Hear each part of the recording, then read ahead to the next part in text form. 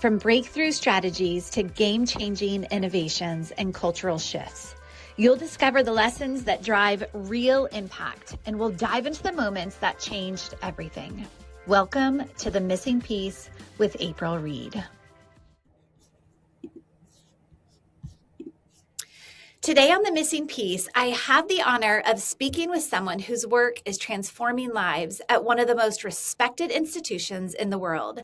Dr. Chantal Gill is a licensed psychologist, an assistant professor, and the clinical director of the Duke Center for Eating Disorders at the Duke University School of Medicine. Dr. Gill brings deep expertise in the assessment and treatment of eating disorders in both adolescents and adults, and has spent her career helping individuals navigate some of the most complex intersections of identity, mental health, and relational well-being. Her approach is collaborative, evidence-based, and beautifully holistic, integrating relational therapy with CBT, DBT, and somatic principles to treat the whole person, not just the symptoms. Her passion for supporting university populations, guiding individuals through identity development, and strengthening interpersonal relationships has made her a trusted voice in the field and a compassionate advocate for those seeking healing.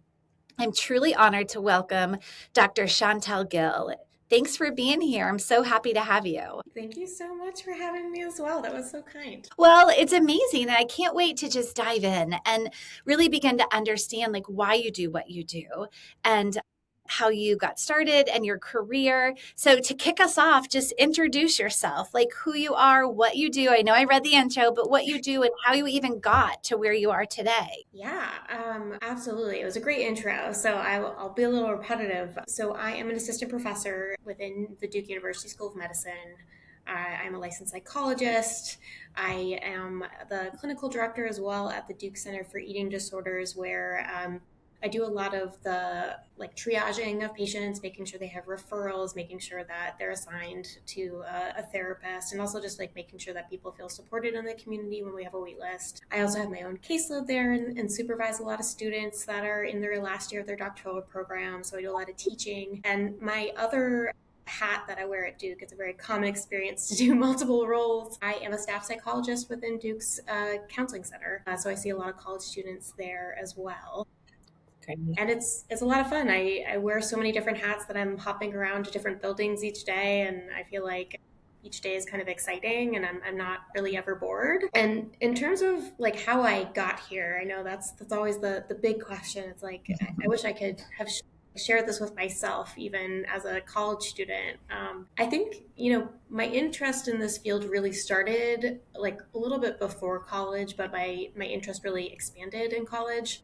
I went to an undergraduate school where there weren't any grades. It was all papers, and it was all learning for the sake of learning, not for a grade or anything like that. And I had some really just amazing professors that opened my eyes to all these different types of classes and subjects that I just wouldn't have tried otherwise if I had all these specific courses I had to take. And honestly, my last year, I took a class called The Talking Cure, and the class was basically all about Carl Rogers, who's a very famous psychologist in our field. I fell in love with it. I was like, this sounds awesome. We basically read transcripts during each of our classes, and I just kept thinking, I want to be able to do this. This person is building motivation, is just being so kind and validating, and I want to be able to help people through that class. So I had some really great mentors from Sarah Lawrence. That's the undergraduate program I went to that kind of guided me towards what would be the next step for me. Because I really didn't have a lot of experience with research. One of the downfalls of my undergraduate program is that I didn't right away start preparing for the doctoral program. So I ended up applying for a master's program and ended up becoming a master's level therapist. I went to Boston University School of Medicine for my master's in mental health counseling, behavioral medicine. And I learned how to basically be a therapist there. And I graduated this was in 2013. My first job out, I was working in a partial hospitalization program, which is usually folks that are coming down from an inpatient level of care or just need an extra support as they're going through their lives. And I realized I really liked working with people with disordered eating. I found it fascinating. I think it's really valuable when you see people recover. And I really wanted to learn more about how to treat people, but nothing was really guiding me in the right direction of like actually getting that training. So like the person I am, I went back to school. This is like how I am. I'm just always learning and I just genuinely enjoy it. I like being a student. So I ended up going to William James College in Newton, Massachusetts, and I like just made sure that I knew I was going into eating disorder work. So I, from the get-go, kind of focused on eating disorders, made sure everyone I was working with really knew that this was my passion. And I was able to really specialize through the program. Ended up matching for my APA internship at NC State's Counseling Center, where I worked with college students and with eating disorders. And then I got extremely lucky. At the time, my now husband, he received a faculty position at Duke, and I was desperate to work with another eating disorder specialist to continue learning. Like I wanted this specialty. I wanted to feel like I could really help and like have that evidence-based care to really help people. And my husband kind of helped guide me to like, well, Duke is around the corner from NC State. Maybe we check out what this looks like. And I saw right away that Dr. Nancy Zucker is one of the main program directors at the Duke Center for Eating Disorders, and she's very big in our field. And so I just started poking away, started sending lots of emails.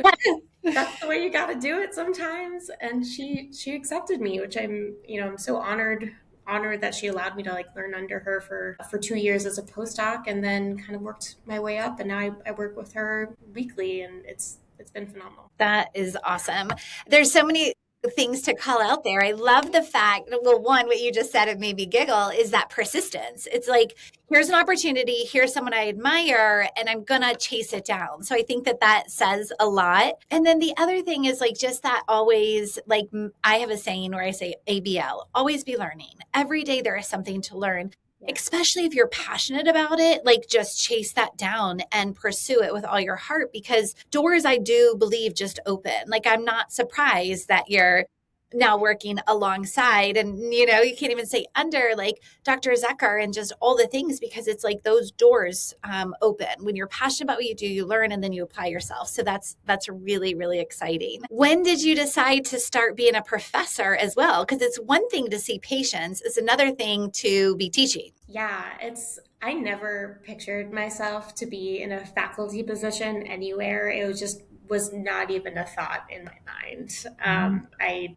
I purposely applied to only PsyD programs because there isn't a humongous emphasis on research. You do a little bit of a dissertation, but it's not nearly as intense. Yeah. But I was, again, it's all about just like circumstance.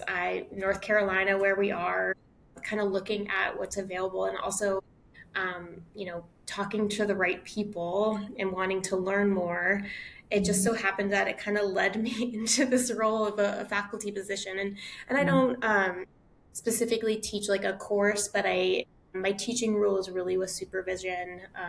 So meeting weekly with my interns or practicum students, and I run a seminar on eating disorders. We've done a little bit with our interns, and we have some fellows and residents in our MD programs that also attend. So it's a lot of fun. I love that. I love that you're able to for you when you were younger, you were inspired by your professors that introduced you to new topics. And then now you get to be inspiring the next generation and kind of opening that door for them. So it's a neat pay it backwards and pay it forward for them.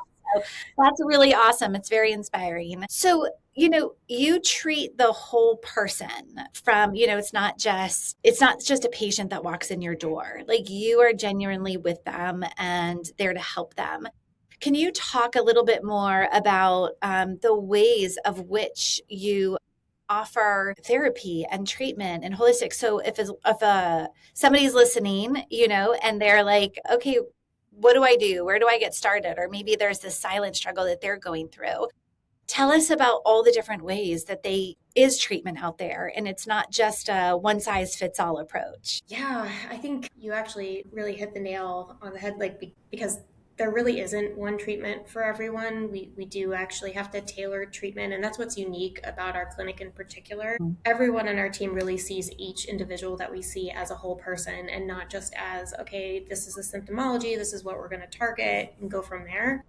we actually do what's called a case formulation, a conceptualization of someone's eating disorder and how it happened and what perpetuating factors are continuing the eating disorder itself, so that we can target certain behaviors, but also like just really get to know the person. What it looks like is almost like a roadmap of someone's eating disorder. You'll see different it's like charts and things kind of showing just how this person kind of interacts with the eating disorder. And what we do is we'll target certain pieces that are distressing. And we do a certain modality called cognitive behavioral therapy enhanced for eating disorders. Which, it's a manualized treatment by Christopher Fairburn. The idea of it is that eating disorders are kind of like a house of cards, right? So there's a bunch of cards on top of each other. And if we target the things on the bottom that are really influencing the behaviors that are on top, we can make the whole house of cards fall down. And so that's kind of the approach that we take. On top of all that, like eating disorder work, you need to have a full team, a multidisciplinary team. And that's something that we have at the Duke Center for Eating Disorders. We have specialty MDs that specialize in eating disorders. We have social workers, we have nutrition, we obviously have psychologists and trainees, and we have special guests kind of coming in from the university side and from the medical side that will come in if they need to consult, especially from like inpatient and stuff like that. So it's, we really try to make it so that it's collaborative and that it's not just one person thinking about a case, it's multiple minds thinking together to see what would be a good route to take. I love that. I love that. Within, because I know, you guys are this is your specialty. This is what you guys are known for. And that's very admirable. What do you feel, we call the podcast is called The Missing Piece. What do you feel is the missing piece and or unmet need within, what you guys practice and or societally, at other organizations or other whatever, the missing piece that maybe you guys have tapped into or that you saw in order to close the gap? I think, you were kind of sharing the way that you collab together and you come and you look at everything with more than just one clinical mind, but just holistically. But what would you say? What is the missing piece in this space? Yeah. Or have you seen?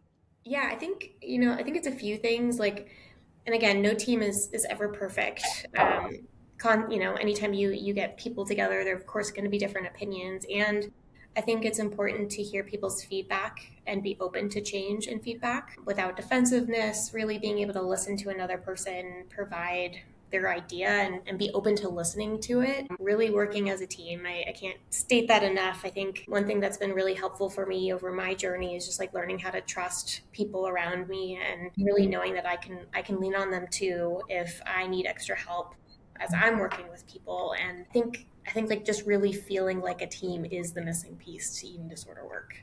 That's awesome. Great. I love that. You shared that with me when we originally talked. I'm like, that's so good. It's so powerful. So now we're going to change hats. We're going to talk about AI a little bit because now AI apparently is becoming everybody's counselor. Have you heard this lately? I have. I guess now I don't need to meet with you anymore to talk about anything. It's like, AI will do it for me. I mean, right, wrong, or indifferent, when it comes to true therapy, when it comes to true mental health, true treatment, sure, if AI can spark that in somebody, then fantastic. But I'm just curious, as somebody who practices this on the daily and with that nose to nose, eyes to eyes, you can't, AI is not, a GPT is not going to be that. What is your thoughts and your opinions with AI, both how it is today and how it's going to be in the future? Because let's be honest, like, in the future, they will think that AI is authentic therapy, if you will, So I'm just curious your take on that. Yeah, it's interesting. My mind goes all over the place. And I actually just spoke with someone this morning about AI because we're all like, what is this? Like, how is this kind of taking over? And I want to name, there's so many benefits to AI that, I also really benefit from and really appreciate. And even my clients and patients really appreciate. I'll talk about those benefits first because I think that is important. I've had, for example, some folks that are trying to navigate recovery and when they finally become a little bit more open to hearing about what they actually need to eat. Let's say they have anorexia. We've had a client like go on ChatGPT and say, hey, this is my height, this is my age, this is my sex, like how much should I be eating to Mm. get to an ideal body weight. And, you know, it's not 100% accurate, but it was more than they were eating. And it was a beautiful start. And so we were really excited by that. And honestly, I was like, you did that on your own. Like, we can harness this and keep fostering that motivation so that you can keep getting more fuel in your body, and happy to collaborate with ChatGPT as you go through this. I think the other ways that it's been helpful too is like people asking recommendations on, you know, what's a healthy exercise for me to do when maybe cardio is really overwhelming for me, and ChatGPT will actually come up with things. On the other hand, you know, I've also had some people look up how to lose weight, and that's not as helpful when you have an eating disorder and maybe you're feeling triggered or overwhelmed and you're kind of looking into this stuff, and it can be kind of detrimental for a lot of people that we have a lot of information these days that like dieting is just really not helpful, and it's especially not helpful for people whose, you know, brains are still developing, because they need all that fuel to have a fully developed, you know, prefrontal cortex. So, you know, in that sense, it's been really unhelpful. And also, like, AI can't really sense your emotions. There is I had an intern a few years ago that really pinpointed something that I love mentioning. She mentioned there's like something in the room when you're doing therapy that's like magic. There's just like a magic piece that you as a person use your gut to really understand what's happening. And you can't always identify what it is, but you just have that feeling. AI can't do that. And it's so important to socialize when it comes to eating disorders, because eating disorders are so isolating. So by going back to AI, it's just continuing this cycle. You're not expanding that social circle to help with your support. Yeah. If anything, no, mental health in general, the worst possible thing you could do would be isolation. And AI will keep you isolated too. It'll keep you by yourself. You know, when you think someone's there, at the end of the day, you're still by yourself, you know? And so it's like that just leaning into somebody to be nose to nose to just and be honest and vulnerable and, and let you kind of like peel back that onion with somebody. And like you said, is that as like, let's say my psychologist, like you're going to treat April, not anything else. And like you said, AI will never do that when it comes to healing and true healing. Yeah. And you know, like I think there's a space for AI to collaborate. I think there's so many pieces that could be helpful, and there are certain things that already have been really helpful along the way, but I just don't see the, you know, knock on wood, the therapy space changing, because there is just this authentic experience you can't have unless you're with a person. Yeah, I love it. I know Dr. Zucker has been really influential in your life. Is there, I just ask why? Like, why do you look up to her? Why is she somebody that it's, a true honor to work alongside of her? What is it from her as a mentor perspective that resonates with you? Yeah, I mean, you know, first off, she supervised me, and the things I know as a specialist are because of her. You know, obviously, I probably, if I had gone to a different program and worked, I would get a specialty of some kind, but she is just really impressive in terms of the things that she does. She carries her heart on her sleeve and is constantly helping people. She has created treatments that are novel and brand new, are cutting edge for different types of eating disorders. She's doing everything, and at the same time able to hold space for mentorship and supervision. And so for me, as especially when I was a postdoc, it was really intimidating at first because I kept thinking, how are you managing? You know, she's also a professor teaching on the university side. Like, how are you doing all these things at once? And she's figured it out. And now, like, you know, even going up to my clinical director role, she is the one that really helped shape me and kind of guide me to that place. I don't know if I would have done it on my own. I really do believe that she's helped me get into the role, and really, like, I'm just honored that she trusted me also with her program, because the other thing is that she created this herself. Wow. There wasn't an eating disorder program when she came here. Wow. She did her internship here and created it. And from there, like, this has been her baby, and she's Wow. trusted myself and our colleagues with it. And I think it's like one of the highest compliments you can get when someone trusts you a little bit with a program. Yeah, that's incredible. Yeah. She really is amazing. And yeah, she's just been like a really big source of support as well. And it's really fun to be able to like work alongside her now as a colleague. It's always nice. I know it's probably why you're having so much success as well. It's when you have a mentor that pours into you that you get to look up to and copycat, and then you get to do it for somebody else and somebody else. And it just becomes this beautiful ripple effect where you guys continue to be able to change, everything, and for people's lives at the end of the day, change that. So if somebody's in Montana, Wyoming, South Dakota, Colorado, wherever they are, and they're listening, where are resources? They're not in North Carolina. They can't get to Duke. Where do they find more information? Because they're like, I know she's talking about me and it's time. So when it comes to eating disorders in particular, there's a lot of great resources online to kind of start your journey. The first one being the National Eating Disorders Association, NEDA.org, and they have a wealth of information on, taking the first step for treatment. If it's parents or guardians looking on what to do when you have a child with an eating disorder, it lists different programs, different numbers to call. They have their own line that you can call if you're just trying to get that first step in the door. The other piece is, at the Duke Center for Eating Disorders, one of my roles is actually chatting with people all over the US and sometimes even all over the world. We've had some calls from South America before, and, I'm constantly chatting with people about what that might look like. And so I do encourage people you can cold call some of these facilities and just ask, what do I do? We are ready for those calls. That's one of the pieces of our job that we also enjoy, because we get to see people get help for the first time.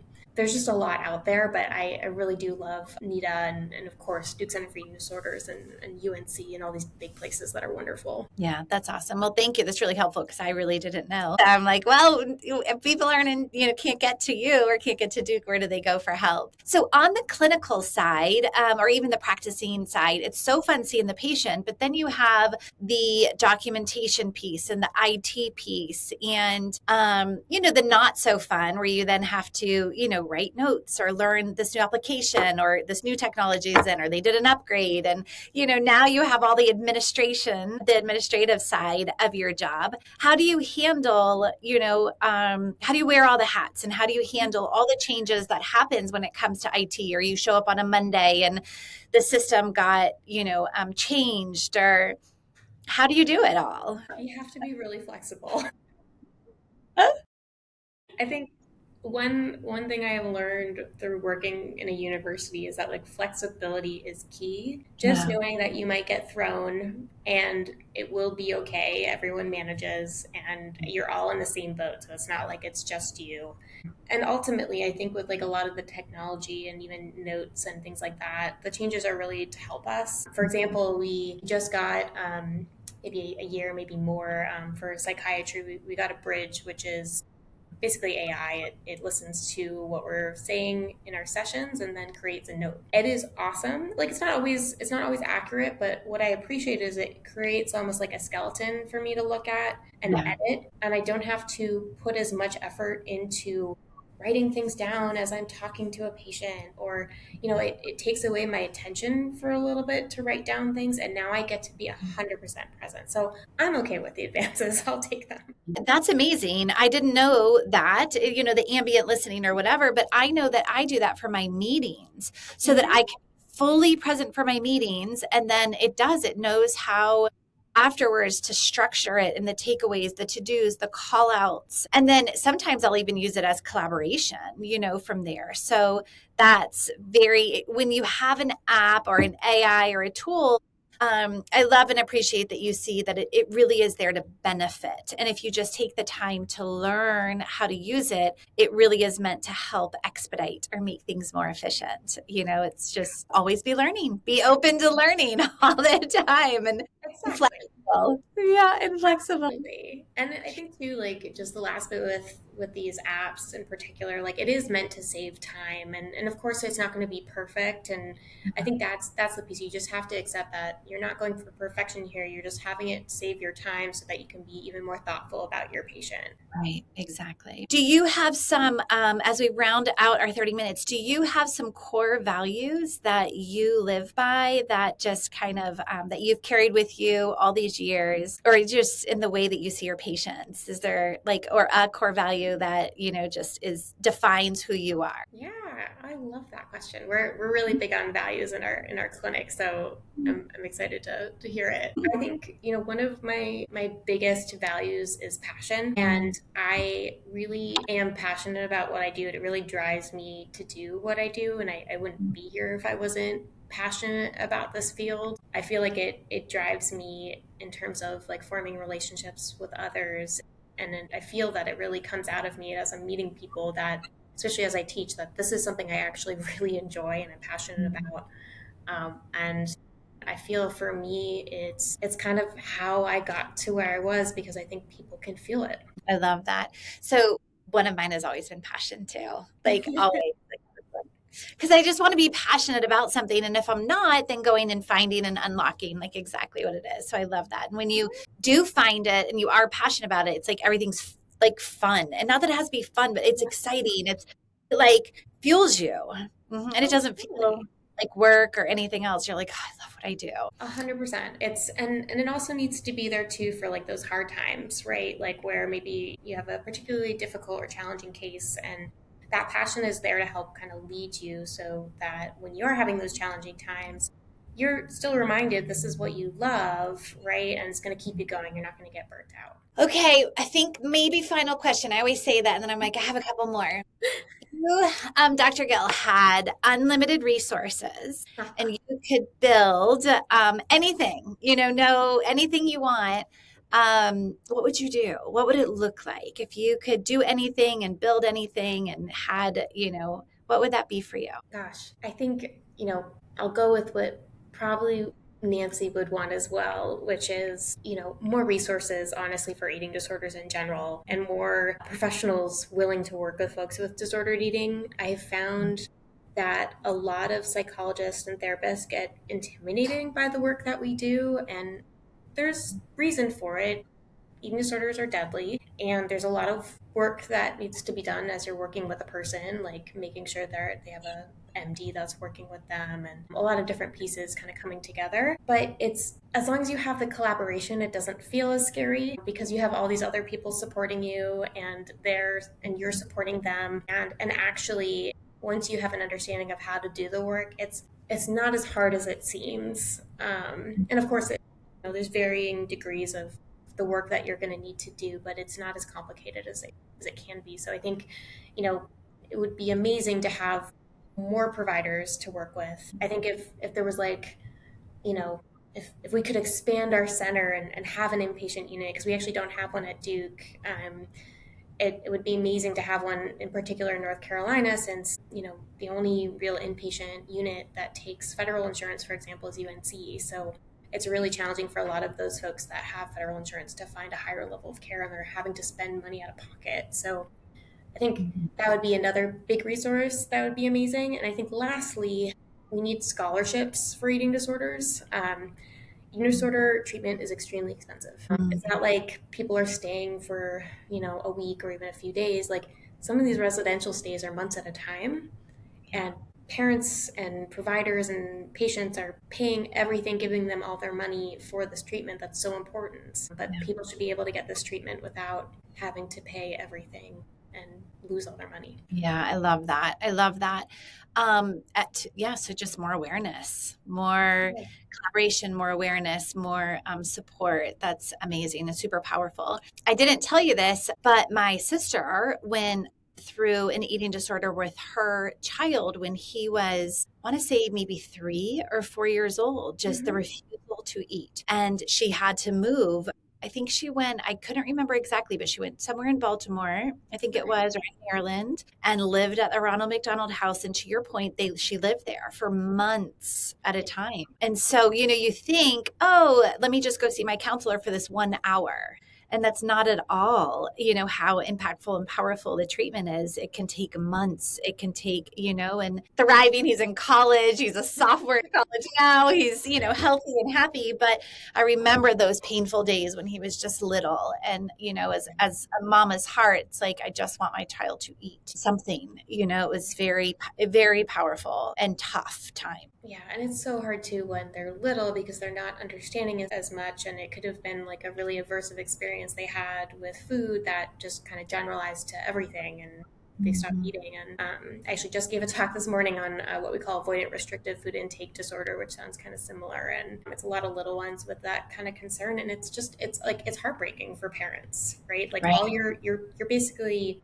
going to a pediatrician. They're saying, "Why is your kid not eating?" or "Your kid needs to gain weight," and you as a parent are like, I don't know, right? Like, I don't know how to do this. And so I'm so glad that they found resources. I know. Well, if people want to reach out to you, is it okay if I share your LinkedIn Yeah, with absolutely. them and they can connect with you on LinkedIn?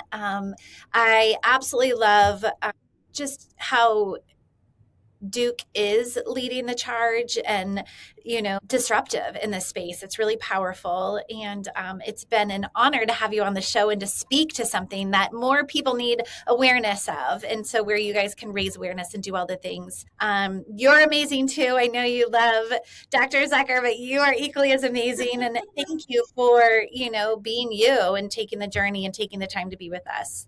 Really appreciate it. Yeah, thank you so much for having me, and I'm honored to have been invited. And I hope this talk can help others that either want to pursue or get some treatment. I do too. Thank you. Every leader has a story, and every story reveals another piece of the bigger picture. What if the missing piece wasn't something you had to find, but something you were meant to become? Subscribe, share, and keep leading with intention. I'm April Reed, and I'll see you in the next conversation on the missing piece.